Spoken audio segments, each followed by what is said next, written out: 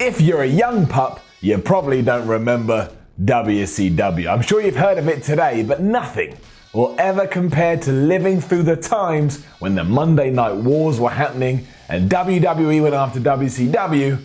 WCW went right back after WWE. While we can go back today and realize a lot of shows from that time period were absolutely terrible, that's not the point. The point was that the competition was so fierce that the creativity levels went through the roof. When that died and it all vanished, it was one of the worst moments to ever happen in pro wrestling history. Why? Here's why. And yes, I've hurt my throat. Deal with it.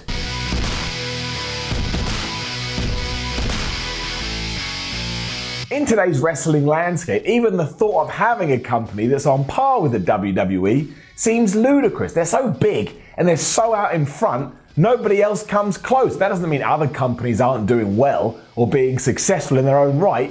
They are. But the WWE is the big fish. It's like a shark in a tank full of goldfish. A major reason this is the case, however, is because in 2001, Vince McMahon did indeed buy WCW, and that kind of opened the doors for the WWE to become the juggernaut that it is today. It kind of looked down that road and went, that is a damn clear road now. There's no one standing in our way. We're going to drive through it with venom. However, in hindsight, this is also terrible. When WCW was at its peak, it was making so much money and had such good television ratings that the WWF at the time were desperate for a piece of that pie. Think of that. Vince McMahon was desperate for a piece of somebody else's pie. He was like a fat guy in a restaurant. This seems almost unreal in 2017, but back in 1996, I can guarantee you there were some members of the WWE brass that would have chopped their arm off if it meant the momentum could have switched around. This would have been impossible though. I don't even think that's something you can do. You can't offer limbs for business success. That's not real. It would have been a massive waste of time. What WWE could do, and did do, was use their brains to try and figure out a way that they could compete. And because they had to try and figure out a way to compete, they couldn't just lock themselves into a box. They had to think big. They had to think clever. They had to get smart. I mean, when you are in trouble and someone else is kicking your ass, what do? You look to see what they're doing and figure out how you can make it work for you. That's what happened. The reason this was so good is that nobody could rest on their laurels. Whether you're in WWE or you're in WCW, your sole goal was to get a wrestling viewer to sit there and ponder to themselves, I don't know which show I should tune into. You can't buy that kind of rivalry, and it's the sole reason the two kept the other one guessing. Because if they didn't, they may be on the wrong end of the stick. In the mid to late 90s, you simply could not be on the wrong end of that stick. It was death. It also gave the wrestlers more freedom and allowed them to take more risks. If they were in one company and didn't feel like they were being used how they should have done, there was a great alternative just across the pond. And on top of that, when you did make that jump, everybody in the wrestling world thought it was a major coup. It was almost a sign that that person thought wherever they were going was the superior brand. It was like the other one was losing, and perception had become reality at this point. So you had the WWE and you had the WCW doing everything they could to stop that happening. So yeah, the wrestlers actually had more power. And then all this died. The reasons are out there should you want to learn more, and the reasons are plentiful, but ultimately it was the worst thing that has ever happened to professional wrestling. Ever since that fateful day, the WWE has transformed into the beast we now know it, and as each month and year passed by, they slowly started to realize whatever they had to worry about before, they didn't have to worry about going forward. Sure, the whole everything is our competition is true to a certain extent. A human only has so many hours they can spend in entertainment, but from a product standpoint, it's not the same at all. Do you think if WCW was around today and still in the same ballpark, Raw would still be 3 hours long?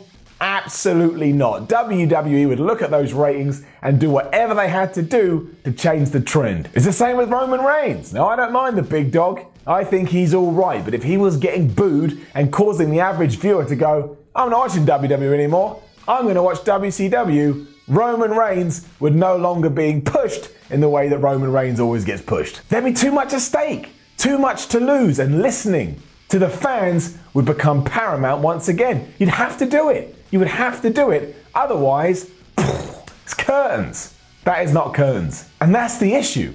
WWE's biggest rival right now is the WWE. They judge themselves off their own metrics that they set in the previous quarter, like any good business should do. And there's nothing wrong with that. In fact, in many ways, the modern day wrestling product we've got is actually a lot better than what we used to have. If nothing else, it's a lot cleaner. But the lack of that fight or having someone breathing down their necks means now they can be a bit complacent and just not be overly concerned. Sometimes being concerned is what you need to really light those fires. No one really knows what the lay of the land would be today if Eric Bischoff had managed to save WCW, but the fact that no proper competition has risen up since then is a huge shame. It's the same in actual sports too. How much more fun is a league when you've got two teams battling it out, going like for each other, rather than just one team that runs away with everything and you, the fan, sits there and goes, well, I know what's going to happen now. It's obvious. It's obvious. I've clocked this one.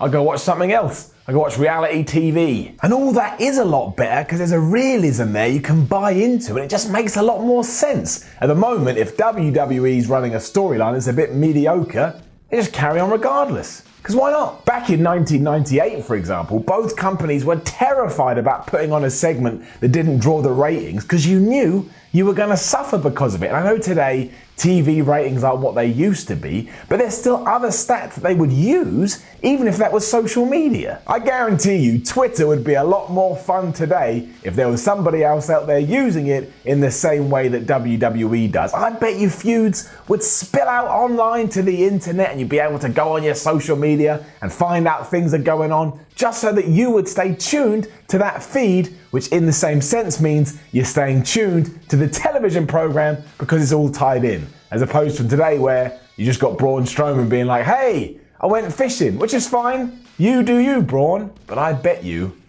be a bit better. We don't get that though. WWE is now a corporate monster and essentially has free reign to do whatever it wants to do. And you know what? I love that. I love the WWE and I love watching the shows they put on. But knowing how important this war was and what it did for the audience, there's no two ways about it.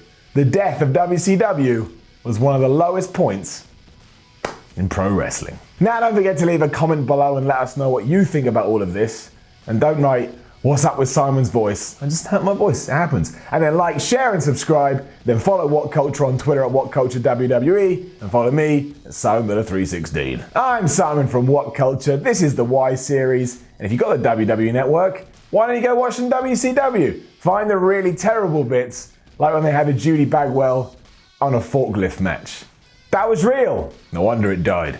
It's time, once again, for everybody to buy a magazine, please. Yes, that's right, it's issue 5 of our wonderful magazine called Wrestling, and this one is an absolute belter. As you can see from the front cover, it features a massive career retrospective of the Olympic hero, Kurt Angle. Not only that, but it's got a How WWE Should Have Booked the Entire WrestleMania 32 card, written by this 6-foot streak of charisma. The bulk of the magazine is this huge top 100 greatest WrestleMania moments of all time list. Not just that, but you've got Shawn Michaels' crimes against wrestling. You've got the top 10 greatest wrestling managers of all time. You've got columns from Jim Cornette, Tom Pritchard, Shane Douglas, and an interview with the WCPW World Champion, Drew Galloway. Issue 5 of Wrestling will be released on April 10th. You can pre-order it now at shop.whatculture.com. Oh, and about our shop, we're currently in the process of moving all of our merch to a new premises. So shipping stuff like t-shirts, that may take a little bit longer. It doesn't apply to the magazines. Once you order a magazine, we will ship it straight away. But for any other items on our shop.whatculture.com, there might be a little bit of a delay for the next few weeks. But don't let that distract you from buying Wrestling. Buy the magazine. Buy it. Buy the magazine.